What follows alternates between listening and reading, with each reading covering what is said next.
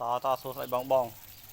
សម្រាប់បងដែលមានបំណងចង់ចំកដោបហើយមិនដឹងថាទិញពូជនៅណាមានទំនុកចិត្តមិនដឹងថាទិញពូជនៅណាមានទីផ្សារទិញសាច់វិញបងប្អូនណាហ្នឹងហើយអញ្ចឹងពុកម៉ែបងប្អូនអាចតាក់ទងមកកាន់ខ្ញុំបានហើយពូជកដោបមានក្នុងស្តុកមានក្នុងដៃស្រាប់ទៀតហើយបងប្អូនណានេះហើយសម្រាប់ហើយបងប្អូនអាចកំងបានទាន់ចាប់បងប្អូនណាអានេះកំងថ្ងៃហ្នឹងគឺដួសថ្ងៃហ្នឹងឲ្យបងប្អូនណាដួសថ្ងៃហ្នឹងឲ្យហើយ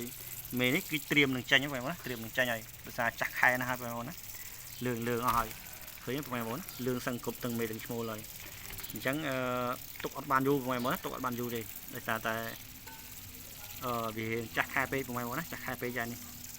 ឡើងកាចាស់ហើយណាក្បាលឡើងកាចាស់អស់ហើយដុសស្លាយអស់ហើយល្មមចាញ់ហើយពងក៏ច្រើនដែរមើលទៅក្បាលពងនឹងដីលញោចយ៉ាងនេះបងប្អូនណាហ្នឹងហើយអញ្ចឹងសម្រាប់ពុកម៉ែបងប្អូនដែរមានតម្រូវការចង់បានពូជកដោបយកទៅចិញ្ចឹមហើយមានទីផ្សារមិនចាំបាច់ខ្វល់ខ្វាយពីរឿងថាអត់ទីផ្សារបងប្អូនណាអាចតាក់ទងមកកាន់បងប្អូនបានបងប្អូនណាអាចតាក់ទងមកកាន់បងប្អូនបានក្នុងតម្លៃ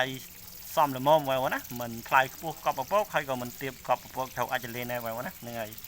អញ្ចឹងពូជដែលមានទីផ្សារស្រាប់អាចតាក់ទងមកកាន់ខ្ញុំបានបងប្អូនណាអាចតាក់ទងមកកាន់ខ្ញុំបាន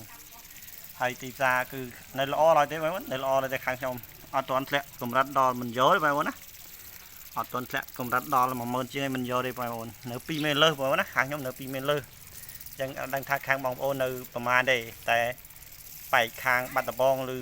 ខលមកខ្ញុំថាអត់មានទីផ្សារអ្នកទទួលទិញទេបែកខាងបាត់ដំបងសូម្បីតែ10000ក៏ដោយណា10000ក៏ដោយអញ្ចឹងខាងខ្ញុំនៅមានបងប្អូនណានៅមានអញ្ចឹងខ្ញុំថាអត់អាចបញ្ជាក់តម្លៃជូនពុកម៉ែបងប្អូនបានថាពិតប្រាកដតម្លៃប៉ុណ្ណាទេបងប្អូនណាដោយសារខេត្តខ្ញុំតម្លៃផ្សេងខេត្តបងតម្លៃផ្សឹងខេត្តខ្លះទៅតម្លៃអត់មានអ្នកទិញតែហ្មងអញ្ចឹងថ្លៃមិនត្រូវបងប្អូនណាថ្លៃមិនត្រូវទេបើថ្លៃខេត្តខ្ញុំខុសខេត្តគេថ្លៃតម្លៃខេត្តគេខុសខេត្តខ្ញុំហើយសម្រាប់ខ្ញុំនេះគឺនៅក្រោមតម្លៃខេត្តគេដែរបងប្អូនណានៅក្រោមតម្លៃខេត្តគេនៅ30000ដែរឡើយទេខ្លះហើយខេត្តខ្ញុំ20000ជាងទេអញ្ចឹងអត់អាចឆ្លើយត្រូវបងប្អូនណាអត់អាចឆ្លើយត្រូវទេហើយត្រូវសួរថាខ្លួនឯងថាក្នុងខេត្តខ្លួនឯងតម្លៃប្រមាណវិញបានត្រូវមកសួរខ្ញុំក្នុងខេត្តខ្ញុំអាចខុសក្នុងខេត្តបងប្អូនណាហើយស្រួលសួរក្នុងស្រុកខ្ញុំអាចខុសស្រុកបងប្អូនខេត្តតែមួយក៏ដោយស្រុកផ្សេងគ្នាក៏ដោយអញ្ចឹងវាអាចខុសគ្នាតិចពុកម៉ែបងណាហើយសម្រាប់ពួកខ្ញុំនេះគឺមានទីផ្សារជូនបងប្អូនប្រាប់អត់ភ័យចាំបាច់យកទៅចិញ្ចឹមបានផលហើយអត់មានទីផ្សារលក់អីបងប្អូនណាអត់មានទីផ្សារលក់ទេអញ្ចឹងពុកម៉ែបងប្អូនចូលទៅចិញ្ចឹមមានទំនុកចិត្តបងប្អូនណាមានទំនុកចិត្តហើយនេះពណ៌លឿងឲ្យស្អែកចាញ់បងប្អូនណាស្អែកចាញ់ឲ្យ20លើសទេបងប្អូនណា20លើសទេឡើយ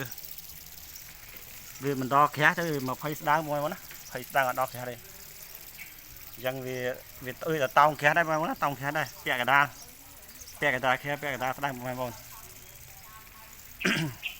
ហើយសម្រាប់បងប្អូនដែលចង់បានពូជកដោបព្រៃក៏នៅតែមានពូជកដោបស្រុកក៏នៅមានហើយពូជកដោបស្រែក៏ចិត្តនឹងមានដែរបងប្អូនចិត្តនឹងមានហើយកំពុងតែដាក់ប្រកាសហើយបងប្អូនណាកំពុងដាក់ប្រកាសយកពង